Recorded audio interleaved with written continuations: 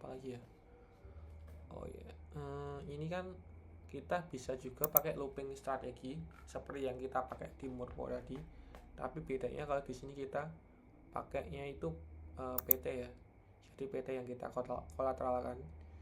Jadi misalnya prosesnya awalnya kayak gini, kita main nih 1000 CUSDO, kita dapat segini. Nah ini kita untuk YT nya kita akan keep, kita bakal dapat 20 poin per YT, jadi sekitar berapa ya, 10.000, 20.000 poin dari 1000 YT ini. Dan juga kita akan masih dapat 1000 PT. Nah nanti kita akan pakai PT nya itu buat di land.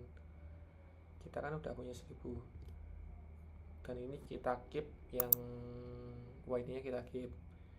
Terus kita cek di Morpho, itu kan ada market PT ya, tapi untuk yang ini, yang candle yang baru, yang 20 November ini belum ada ininya ya, belum ada PT marketnya, jadi masih nunggu. Ini masih ada, baru ada yang 19 Juni. Jadi kayak gini, kita klik di sini USDO.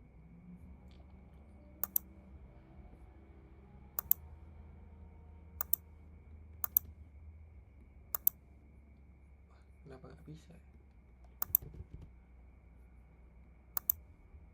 Nah kayak gini, ini tinggal kita masukin aja jumlah YT yang kita punya.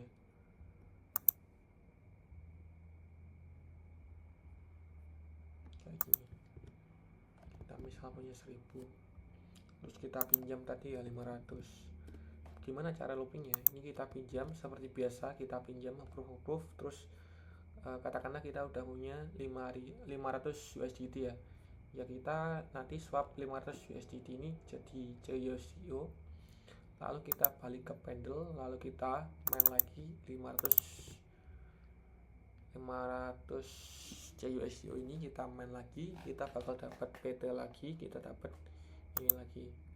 Jadi sekitar totalnya kalau kita hitung kayak gini ya, awalnya kita modal $1000 CUSDO, kita main PT dan YT, kita dapat 1000 YT dan 1000 PT.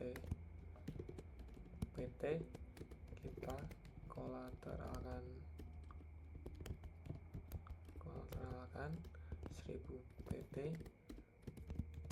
pinjam $500. Lalu kita ulangi lagi step yang di sini, step pertama.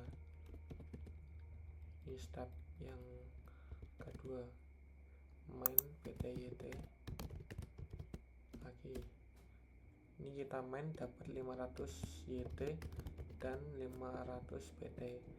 Nah setelah dapat ini lagi 500 PT lagi, kalian bisa ulangi step yang pertama, kalian bisa ulangi step yang ini, kita ubah ini jadi 2.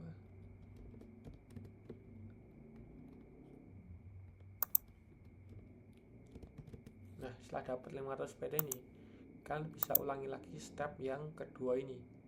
Jadi kalian kolateralkan 500 PT lagi, terus pinjam 250 misalnya. Itu kita coba ya, kita lanjut ke step 4.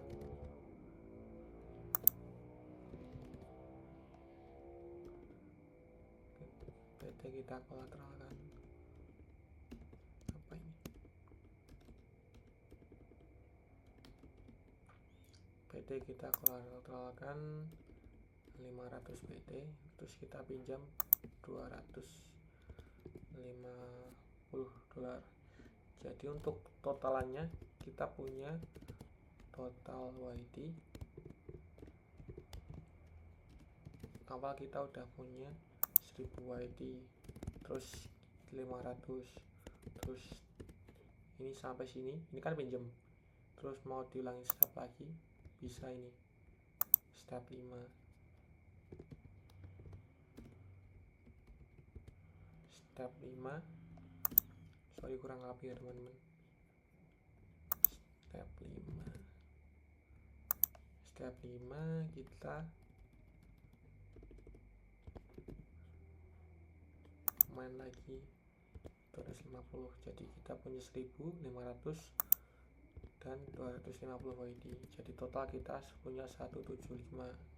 Terus kalikan dari dapat poin kan 20 ya, tinggal kita kalikan berapa ini,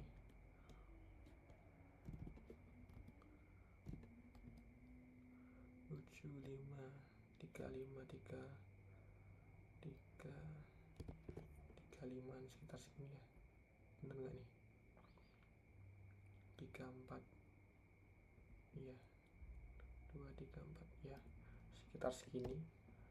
Ini bills point per hari. Total PT nya juga sama, bakal dapat total PT yang sama. Total PT nya ya, kita dapat total PT yang sama.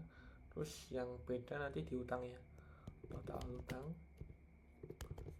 itu kita kan tadi pinjamnya 500, terus pinjam lagi 250, jadi total utangnya $750.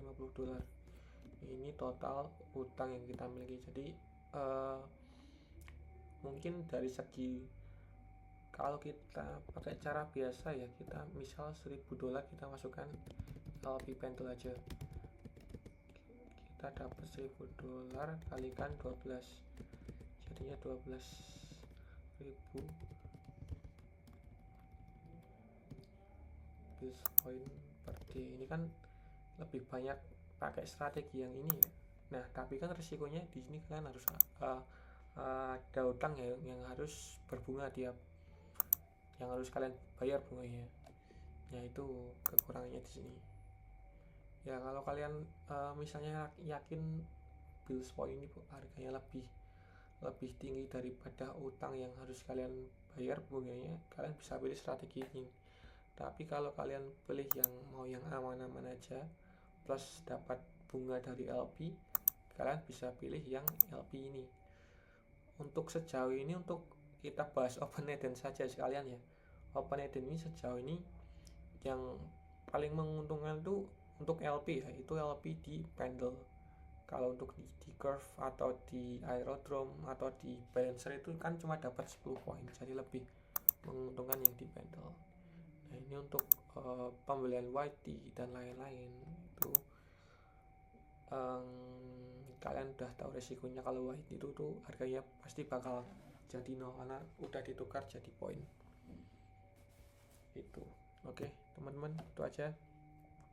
Ini tadi video berapa ya, kurang lebih kayak gitu teman-teman. Nanti kalau ada pertanyaan kalian tanyakan aja di grup. Oke, thank you.